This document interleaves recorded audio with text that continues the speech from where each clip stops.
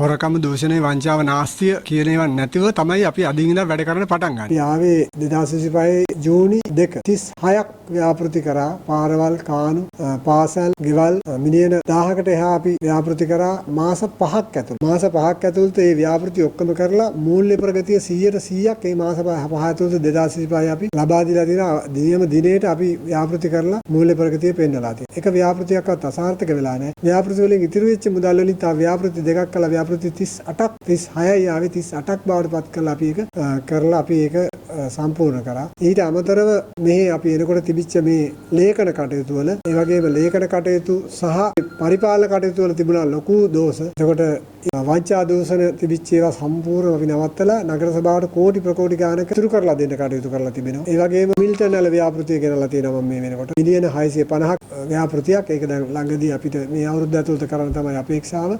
මේ මිල්ටන් වල පවිත්‍ර කරලා දෙපාතේ පාත් දාලා ඒ සම්මුලට සංචාරක සහ දීවර කර්මාන්තයේ සඳහා ඒ හැමිල්ටන් වල දියුණු කිරීම. මීගමුව පෝට් සිටි ගාලු නගරයේ වගේ තත්ත්වයට මීගමුවේ හෙරිටේජ් නගරයක් බවට පත් කරන්න සංස්කෘතික අරමුදලත් එක්ක සාකච්ඡා කළා. දිගින් දිගට මිලියන 318ක වගේ මුදලක් ගෙනල්ලා තියෙනවා.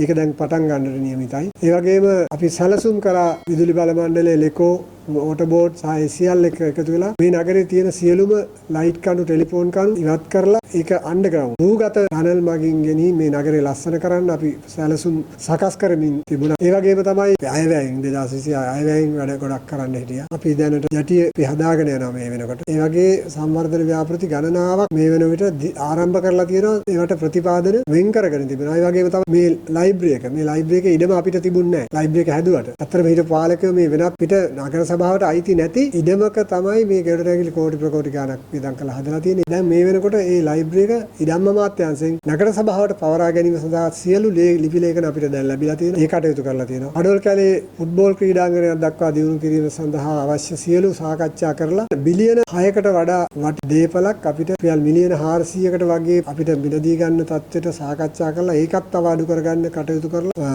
පවතිමින් තියෙන තත්ත්වයක් තියෙන පුද්ගලිකව මේවා සාකච්ඡා කරලා ජනාධිපති කාර්යාලයත් එක්ක සාකච්ඡා කළා. ඒ වැඩ කටයුතු වෙමින් පවතින්නේ. ඒ ටික ඉතින් මම හෙට ඉඳන් නැතත් මේ ඉදිරියට එන නගරාධිපතිතුමා සහ ඒ දේශපාලන අධිකාරියව ඉස්සරහට කරගෙන යනවා. ඒ වගේ ස්ටාර්ට් එක අරගෙන දීලා තියෙනවා. මම එනකොට තිබුණේ මුළු මීගමුව නගරේම අන්ධකාර. අද වෙනකොට එහෙම නැහැ. තැන් තැන් වල අඩුපාඩු කීපයක් තිබුණත් 80%ක් වීදි ලාම්පු අපි සම්පූර්ණ කරලා තිබෙනවා. කාර්ය මණ්ඩලයේ එක බොහොම සාකච්ඡා කරලා සුහදව වැඩ කරලා උන් ඉතාමත් සාධනීය තත්ත්වයකට අපි ගේන්න කටයුතු කරලා තිබෙනවා. ඒ වගේම නැවතිලා තිබිච්ච waste storage system water board එකේ සැලසුම් කරලා ඒක නවත්තලා තිබුණා ප්‍රංශ ආධාර මත කරන්න තිබිච්ච එකක්. ඒ ව්‍යාපෘති ඔක්කොම වැඩ කටයුතු කරලා තියෙන දැන් ඒක ආරම්භ කරන්න විතරයි තියෙන්නේ. මේ බීච් එක ක්ලීන් කරන්න. කරවල ව්‍යාපෘතිය හැමතැනම කරවල වෙලා මේ සංචාරකයන්ට දීවරයන්ට මහා වදයක් වෙලා හිසරදයක් වෙලා තිබිච්ච ඒ කරවල යම් නිශ්චිත තැනකට ස්ථානගත කරලා සම්පූර්ණ බීච් එකේ කරවල වෙලා භූමිය විනාශ කරලා ඉතාමත් දූෂිත තත්ත්වයට පත් වෙලා තිබිච්ච එක ආකර්ශනීය විදියට අවශ්‍ය තැන් වලට ස්ථානගත කරලා සංචාරක පුරවරයක් බවට පත් කරන්න අවශ්‍ය සියලු කටයුතු කරලා තිබුණා. සමහර පාරවල්